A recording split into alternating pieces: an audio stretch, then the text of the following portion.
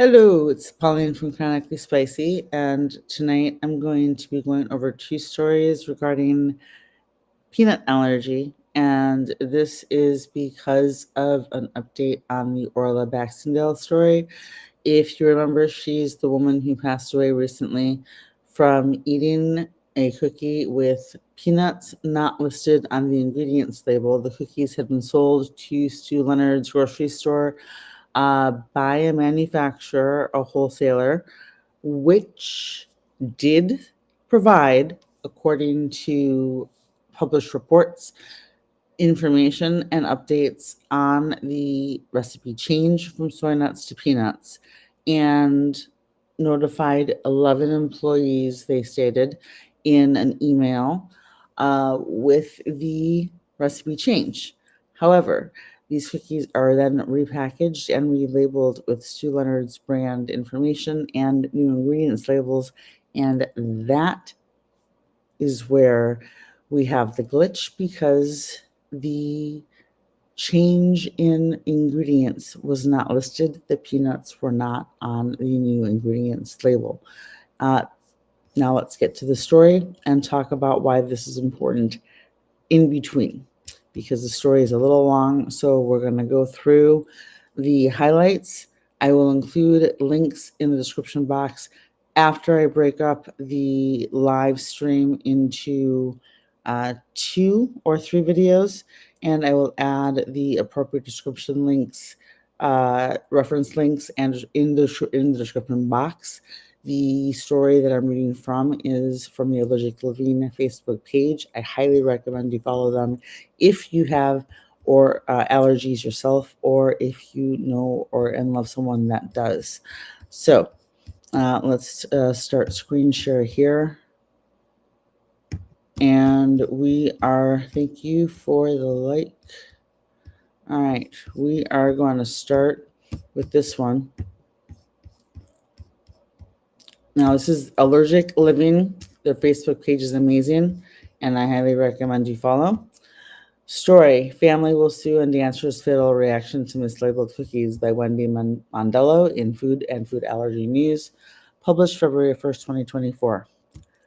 Orla Baxendale's family will be filing legal action against Stu Leonard's and Cookies United over the dancer's fatal allergic reaction to mislabeled cookies, their attorney says. I am pursuing punitive damages to punish them to make sure that this never happens again to anyone else, says the attorney representing the family to Allergic Living. The lawsuit against the Stu Leonard supermarket chain and the cookie supplier has not been yet filed. If the legal system investigation finds, if the legal team's investigation finds anyone else at fault, they too may be part of the legal action, Hirschenhorn, the lawyer, says.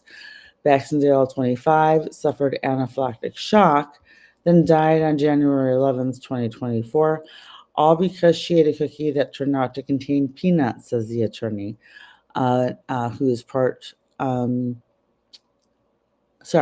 New York City-based dancer had a severe peanut allergy. The package of vanilla Florentine cookies did not show peanut in the ingredients list. The supplier, Cookies United, made the cookies, which were purchased at a Stu Leonard store in Connecticut. The label also had contains statements showing allergens, but peanut wasn't there either. The family's attorney says Baxendale was vigilant about her allergy, always carrying 2 epinephrine auto-injectors, and being careful about what she ate. He adds that she taught anyone who she spent time with how to use her auto-injectors. She did everything in her power to avoid this from happening, says Hirschenhorn. He's a partner in New York with a large law firm. Baxendale had 2 EpiPens, both of which were used on the night of her reaction. Both. But they were not enough to save her. The horror behind this is it never had to happen if the supermarket took the care and caution to make sure the labels were correct, the lawyer says. Stu Leonard declined to comment for this article, while Cookies United, the wholesaler, did not respond. Outrage over mislabeled cookies. Baxendale was a talented dancer who moved to New York City in 2018 from England to pursue her performance career. At the time of her death, she was performing as Alice in Wonderland in a production of Alice. She was with the Momix Dance Company that based in Washington, Connecticut. Food allergic consumers are expressing outrage in social media that an inaccurate allergy label led to her passing. There are calls for accountability and efforts to prevent another tragedy. Thank you for the likes. Allergic Living asked the U.S. Food and Drug Administration for its response related to the tragedy. The FDA takes seriously reports of adverse events from regulated products, said a spokesperson. We're following the situation closely.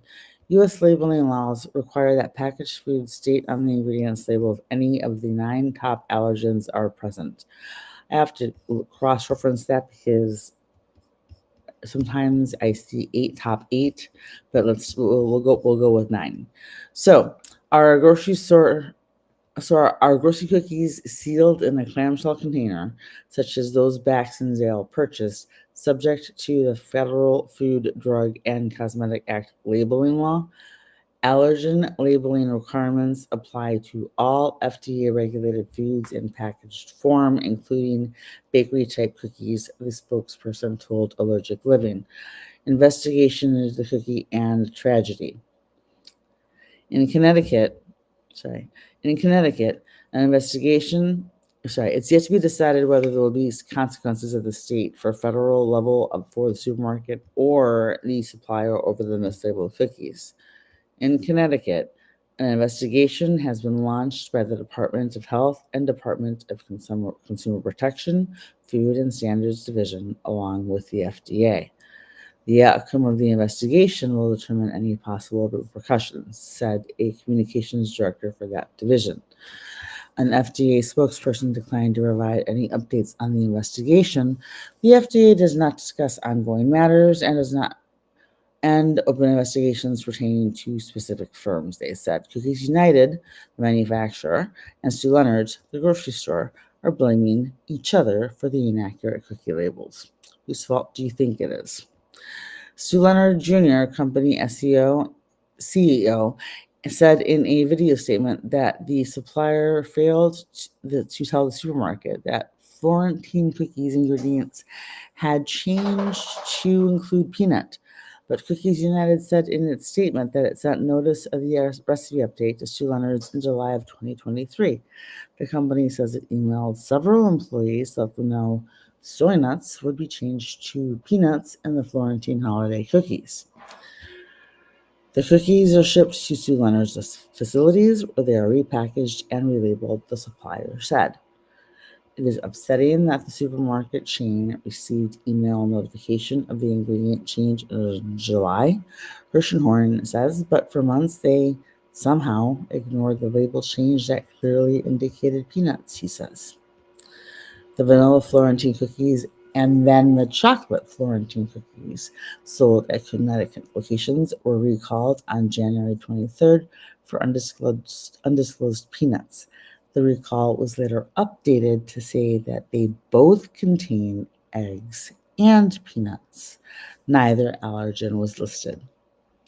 Mislabeled cookies in the law. Some readers asked Allergic Living whether the Florentine cookies would be covered under the allergen labeling law, given its clamshell packaging. There are some exemptions in federal law for foods sold at deli and bakery counters. However, the FDA made clear to Allergic Living that labeling rules apply to cookies such as Baxendale's got. This is because they were sold as a prepackaged product, not ordered at a bakery counter. In November 22, FDA guidance document explains instances where the requirements do not apply. For example, foods that are placed in a wrapper or container in response to a customer's order, like paper or in a box. The recall is the only repercussion so far in this labeling that led to Baxendale's passing. The FDA spokesperson said that in cases where food products are misbranded, enforcement measures can include recalls and seizures. Food facilities making such food may be issued warning letters or put on USDA's import alerts, said an FDA spokesperson. Lawsuits from consumers have the biggest effect, they said. And the hope is for answers about where the system broke down. It's important that the community encourages the industry to look at this and see what it can do to make sure it doesn't happen again. I'm pretty sure it's obvious where the misfire and miscommunication came in, but we'll get into that after. What failed in the control process? The mislabeled cookies appeared to be the result of a breakdown in the process. An allergen control process should be employed and communicated by both companies, he says.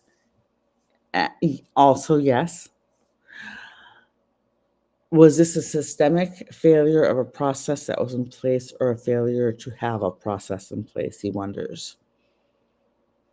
We'll get to that in a minute, too. The FDA offers guidance for companies on how to avoid labeling errors through proper allergen control processes. The agency issued new advice in October 2023 that specifically addresses ensuring proper labels for allergen information. We recommend that you apply such label controls to pre-printed labels that you receive, as well as to labels that you generate yourself. Chapter 11 of the advice reads. More than 70% of food allergen recalls with known causes were due to errors associated with allergen labeling, according to an April 2023 FDA research paper. More than 70%. The study analyzed 1,471 food recalls from October 2012 to September of 2019. It is not yet exactly clear how the cookies that caused Baxendale tragedy ended up on the shelf with inaccurate allergen information. A statement of exactly the root cause was needed to help other companies avoid the same mistake. All right. Give me a second here. Let's look at the question that I wanted. Here. Okay. So, more than 70 cases of food allergen recalls and 1,471 cases are all tied to mislabeling, right?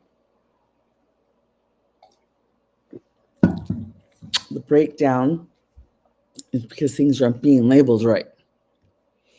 I am a card-carrying, EpiPen-carrying member of the food allergy community. And let me tell you, we depend on this information, okay? We depend on knowing exactly what we're eating and also on if the information is accurate. And also, we need to know what else is being manufactured in that facility on the lines that the product we're purchasing what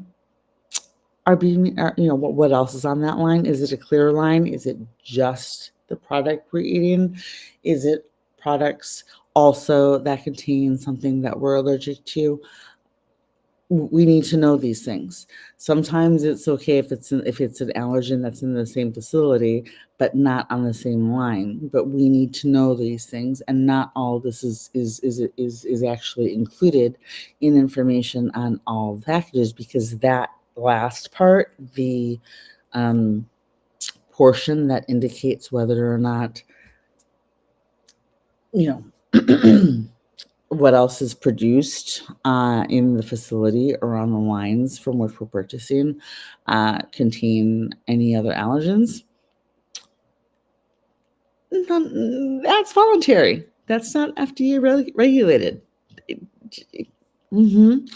So that brings me to another issue, which is, even if, let's just say hypothetically speaking, that the cookie that took Orla Baxendale's life actually contained soy nuts and not peanuts.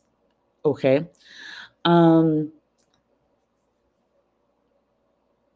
that would mean that the cookie was produced in the facility that also produced items with peanuts, because obviously it was on their ingredients list for other products. Somebody with a peanut allergy who is extremely sensitive to peanuts would probably need to know that information. Because if that didn't happen, we don't know, exactly what might happen with potential for cross contamination.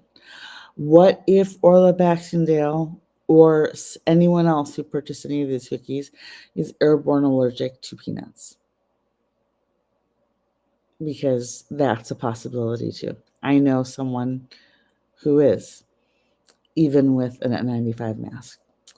And I know someone who is so severely allergic to eggs that one of these cookies could have ended his life.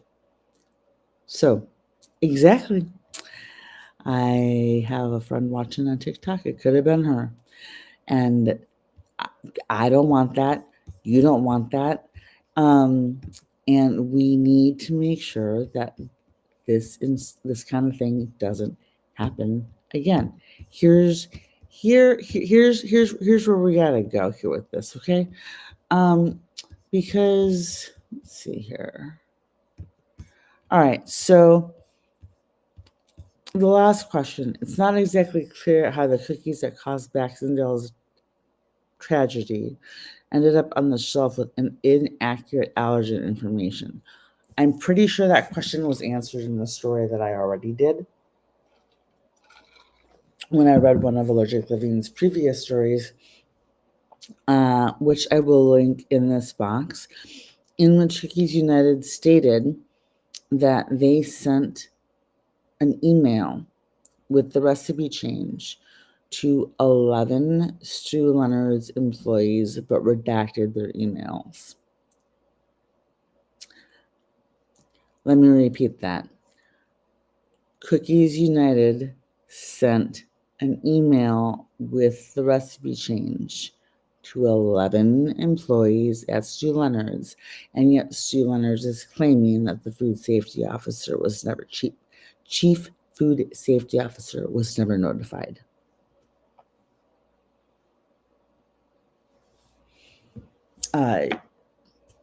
What? I'm not sure how that something's not meshing there. I understand the family's pain, and I understand the grief and shock, and I am not minimizing the pain that they're going through or the fact that this should never have happened, because Orla did everything she was supposed to. And that means she Googled her products first to check if things were safe for her. She took a bite, realized, or two, I'm not sure, realized exactly that she was starting to have symptoms, that she needed to have her EpiPen, and then that she needed to have the second, and then she still passed away from anaphylactic shock because her anaphylaxis progressed to anaphylactic shock, and she passed away. Yep, top 9 allergens. So I want to know why we don't have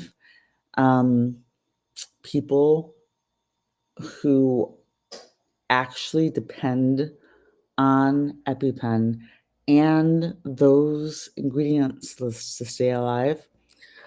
Why aren't any of us being contacted as freelance consultants? Because trust me, we're willing to do it.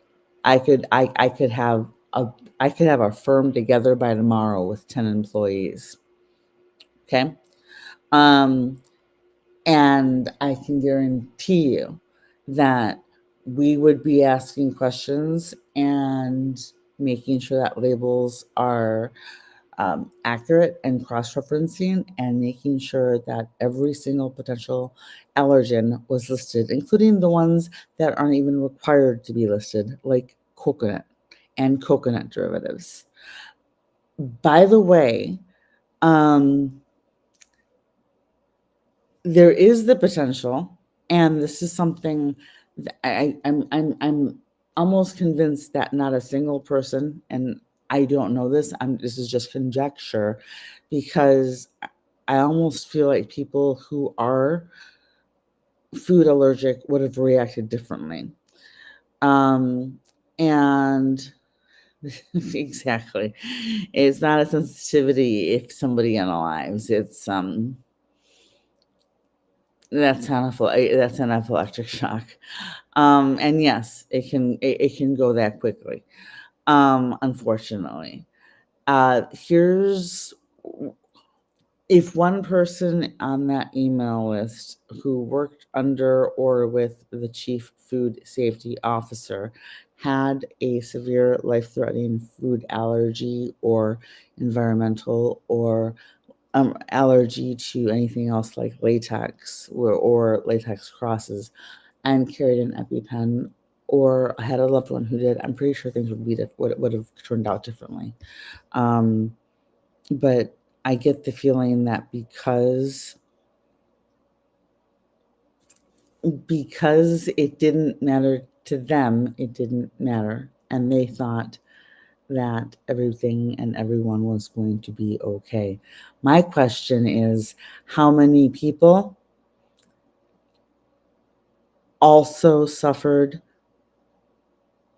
through allergic reactions, potentially ending up in the emergency room, not knowing what the hell set off their food allergy reaction?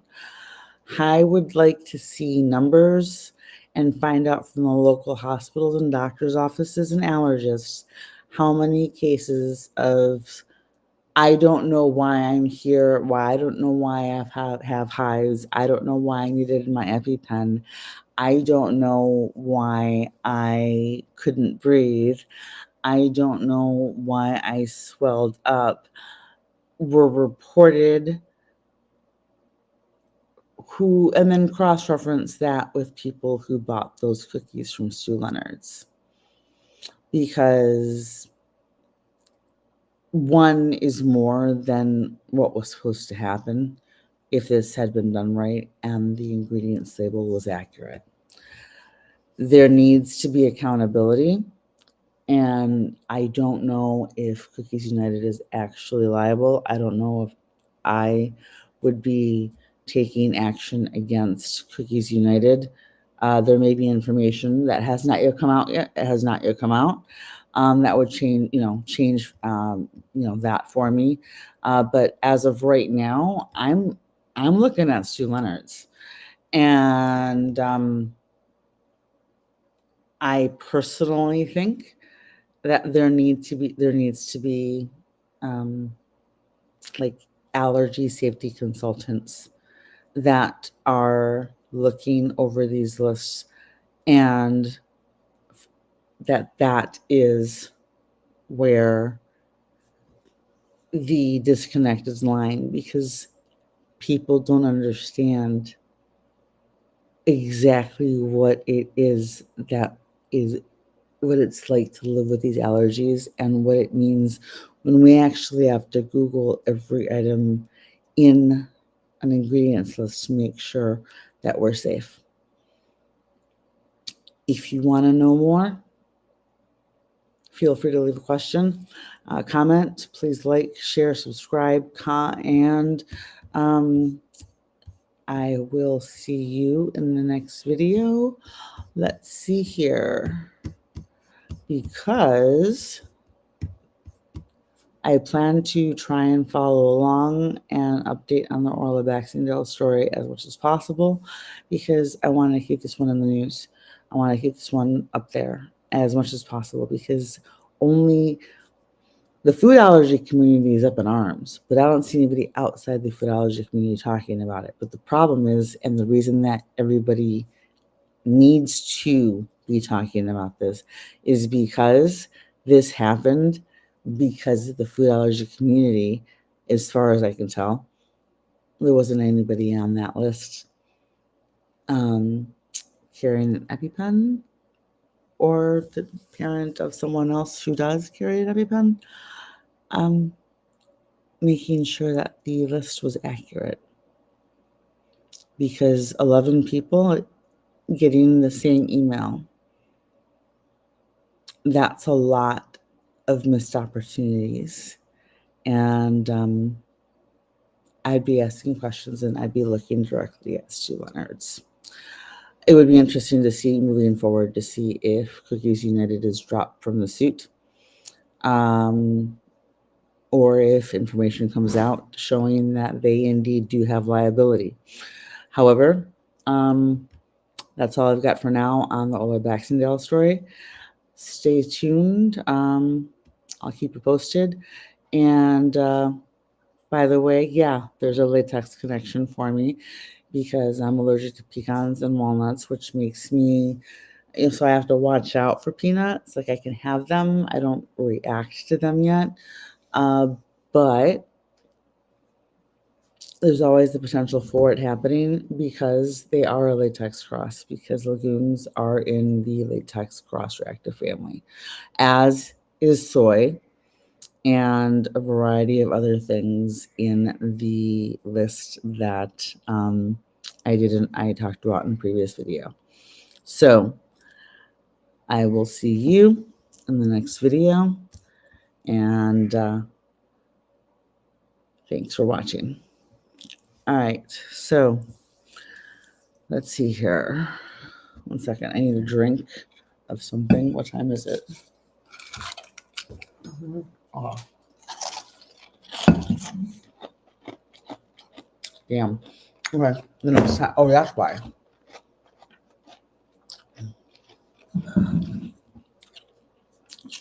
See this?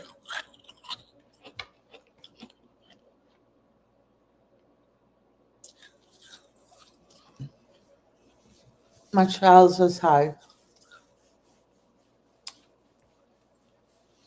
She's snuggly. Oh no. Get me your medication containers. Yeah, take your nighttime meds and bring them over here so that I can get them prepped after I finish reading the second story, because it's probably going to be the last one I read tonight.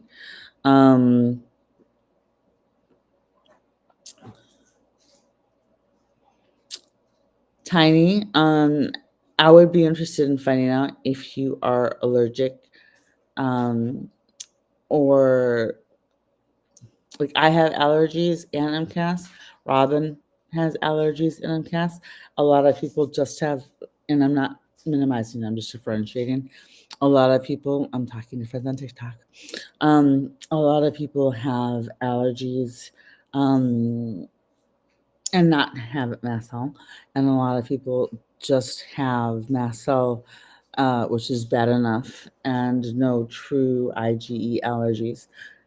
Excuse me. So I'd be interested to find out if see, because that's the part where, because the first step is we usually end up going to the allergist to get tested for food allergies, and then because they see us and they're like, oh, you're allergic to everything, and then you get tested, and because That's, I don't know which one of these is supposed to be for tonight because I don't think I remember to take them yesterday. You didn't take yesterday. And these are the containers that. I'll just hand me the one that I'm supposed to take, and I'll take the medication and not the Adderall because it's too 2 late. a.m. Yeah. Okay, 1 second. And that would be a waste. Here, this is your nighttime one. Okay. And that too. Okay. All right, let me read one more story. Let's see. 1 second. I'm also allergic to latex and had severe eczema my whole life because it's become more tolerable. Yeah, my eczema stopped when I stopped using coconut products. But lately, within the past year, it's been bad, and I've gotten to a recent point, 2 weeks of feeling like anything to eat, and then I found out about MCAS. Yeah, um, definitely. Like, I've got an MCAS playlist on YouTube, and um, I have a ton of MCAS videos on TikTok, and I'm gonna start trying to use them to expand. Um, for more information and links and stuff on and reference links on YouTube. Trust me, I have a lot of stuff that I'm working on right now. Vesper, how you doing? Okay, so oh shoot, wait, I have to do something. Uh, 1 second.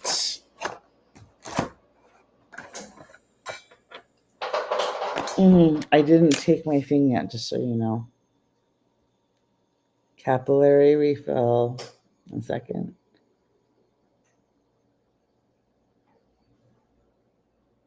Capillary refill. That actually was super fast, wasn't it? But like I'm on like day 4 or 5, day 4, I think, of my ion Benadryl. Yeah, I'm still gonna take it just because if I don't, I'll wake up looking like a chipmunk. Right now you're trying to find out what you can eat because you just had broccoli and cabbage now. Yeah, that was pretty good, Vesper. Let's see. Granted, everybody's different, but when I was down to I'm down to a pretty limited one right now, but when things are super bad, usually I go down to like plain chicken that I grill, pan fry, just in olive oil, salt and garlic, if you can handle that, and plain and broccoli. And it's a dish that I can ask for when I go to places like, if I go out to eat with my family and we go to Olive Garden. That's a meal I can get at a restaurant. That's a meal I can get at any restaurant. But I tell them it has to be made in a clean, fresh pan, and it can't be, cross-contaminated or whatever. I can also eat blueberries, and I can also have heavy whipping cream with the berries and a little bit of stevia. Those are my things.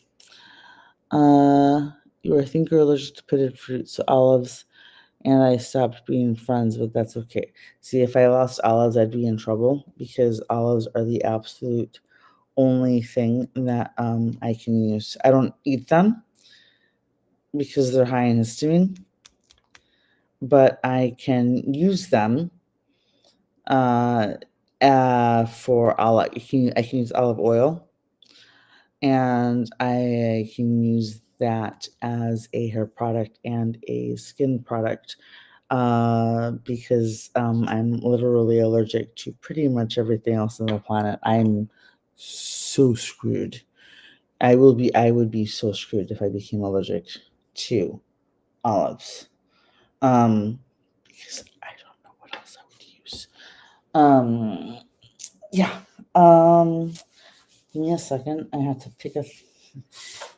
Trust me, I now understand the trials and tribulations of people with insulin shots and talking about and other people who have to do regular intramuscular shots for a variety, whatever reason it might be. Uh, this is this is 3 times a day, and I feel like I'm punching myself every single time I do it. Um, I'm getting better at it, but it's got to be done. Okay, let me read the next story, and then we will be done for the evening so that I can cut this video tomorrow on I've got 2 videos I've got to cut into multiple videos. 1 second. Briittany Mahomes. All right, now, so let's go back over to Restream. Let's screen share Briittany Mahomes. Gonna read one more story and we'll be done with the live stream for tonight because it's gonna be this one. I told you this one was gonna be short. All right, share. So, again from Allergic Living, this is Pauline from Chronically Spicy, and I am talking about, or will be reading from, a story from Allergic Living. I would highly recommend you follow the Facebook page if you are here because you or someone in your life have any kind of allergies or food sensitivities, including celiac disease, peanut allergy, asthma, um, or latex allergy, anything, because Allergic Living covers it all. So, the story is by Gwen Smith, and it was published on January 29th, 2024. And we will quickly read the story here. Here's Briittany Mahomes with her cute little babies. They are adorable. Briittany Mahomes has been all over social media lately, and not just for her husband's drive to win the Super Bowl or her blossoming friendship with Taylor Swift. Brittany, the wife of Kansas City Chiefs quarterback Patrick Mahomes and a women's soccer team co-owner, is using her profile to raise food allergy awareness. Thank you, Brittany. The cause is clearly close to her heart. Both the Mahomes' daughter, Sterling, who's almost 3, and 1-year-old Patrick, nicknamed Bronze, both have food allergies. I didn't realize they both did. With Bronze, Brittany relates on Instagram that she'd had one of the scariest experiences of my life. In that summer of 2023, at 8 months old, the infant began having an anaphylactic reaction. Brittany began her allergy advocacy by leading a fundraising drive for FAIR, the food allergy nonprofit. This included her own contribution of $100,000. Now she is raising awareness of using epinephrine through a partnership with AviQ, the compact epinephrine auto-injector. On Instagram, Brittany shared the above video. In it, she discusses that the safety of your child is always the most important thing when you're out and about. I always have my AviQ on me to be confident knowing that it is there if we need it.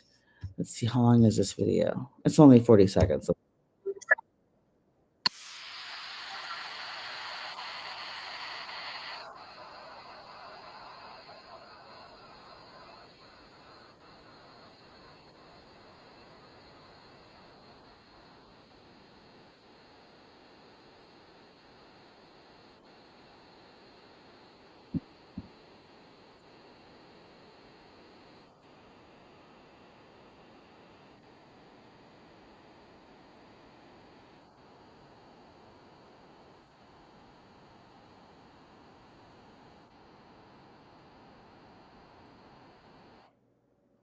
Perfect.